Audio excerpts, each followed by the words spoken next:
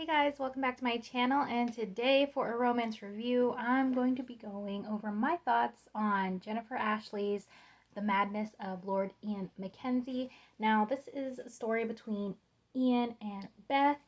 Ian is on the autistic spectrum and Beth is a widow. Kind of get a gist about them right there.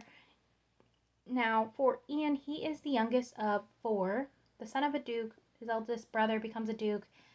He had a rough background, was sent to the asylum for said reasons.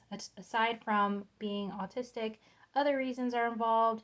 There's kind of this mystery element, torture, murder, assault, bigotry between classes, heartache, and a lot of spice. When I tell you, there are a lot of spicy scenes in this book that I was not expecting to see, but it was so worth it.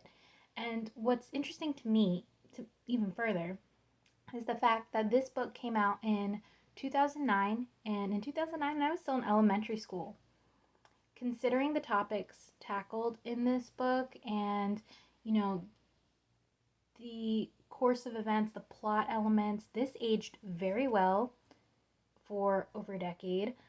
Of course, there are other books that I've read that are even older than this, but considering the topic of autism and for it to not be something that's a mainstream topic or a mainstream trope, if you will, or character element, this was very well executed. And I'm not sure what other books came out around that time either, so who knows, maybe I'll do an analysis video about that, but not too sure. And this book follows their relationship. At first, it's more of a instant attraction turned friends with benefits turned lovers, and I thought that was so cute. Um, Very believable the way it is done. Again, considering the time period, because this is supposed to take place in 1881.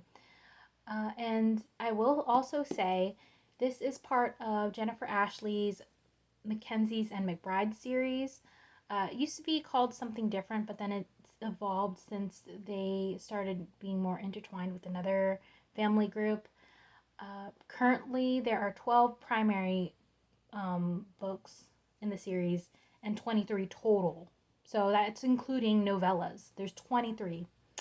And I don't know if I can invest that much into the series, but my interest is piqued enough to read about his three older brothers, which would be the next three books. And the next one is also hinted at, I will say, about Isabella Mackenzie and Mac Mackenzie. And Mac Mackenzie is Ian's second eldest brother.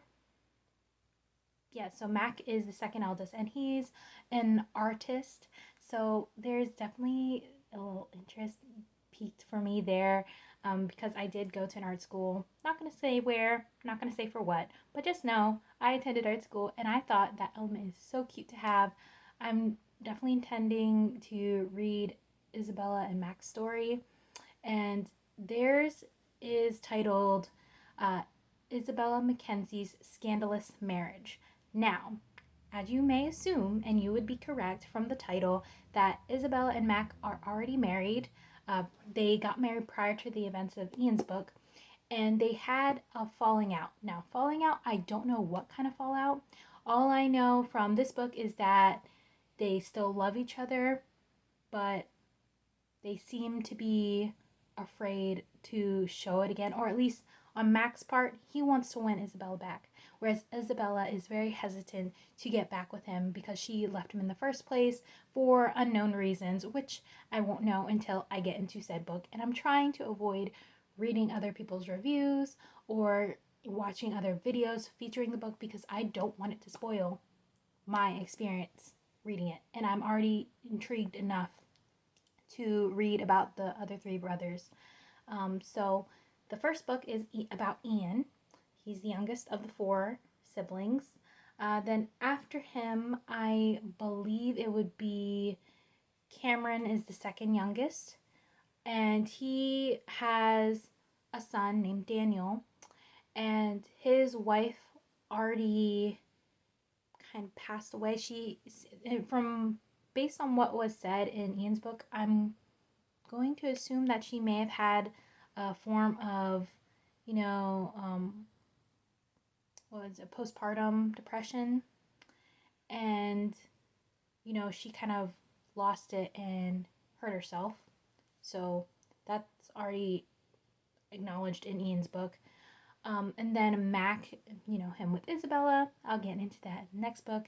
And lastly, the eldest brother, for whose name I am blanking on, but he's now a duke. That would be Hart Mackenzie.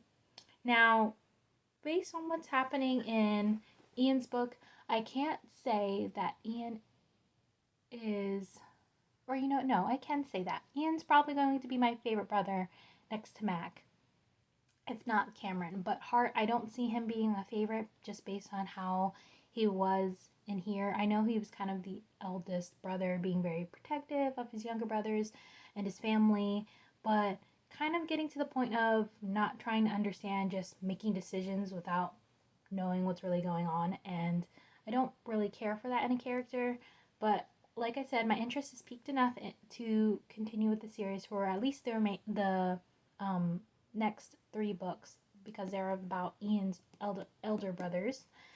And of course, I want to see if there's, you know, any time jumps, or if, you know, they have their children yet. Well, I know because the series does continue a long period of time that it does get into their children. But, you know, like I said, 12 books. That's a big commitment. And then if I wanted to reach into the novellas, that's 23 total in a series. That's quite a lot. But like I said, all in all, enjoyed this book. I gave it 5 out of 5 stars. Not surprising because it was very well executed. I do have a Goodreads review, but you know, I kind of end up putting in spoilers in there, so maybe don't read my Goodreads. But I just want to share my thoughts briefly here. If you haven't read it already, check it out. Like I said, Ian's intricacies and Beth's, you know, understanding of him, it's just so beautiful in here.